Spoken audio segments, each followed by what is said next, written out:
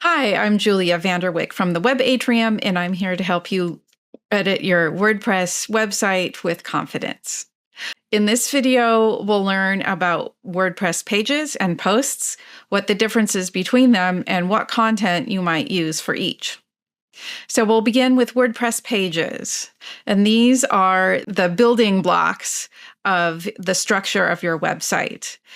They're generally static pages that have evergreen content, and these will typically be your major landing pages, like the home page, about us, products. Often they will also be your privacy policy and legal pages as well. They don't change very much, and you can find them in the hierarchy of your menus. So the main menu will typically be a list of all the pages in the sections that you would find them. WordPress posts are your typical blog posts or potentially news updates.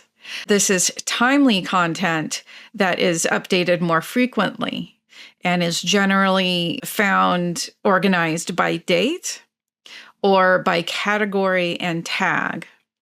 So we don't always find posts in the main menu, but when you go to the blog post page or look at a particular blog post, you will find categories to search on for other posts or most recent posts, that kind of thing.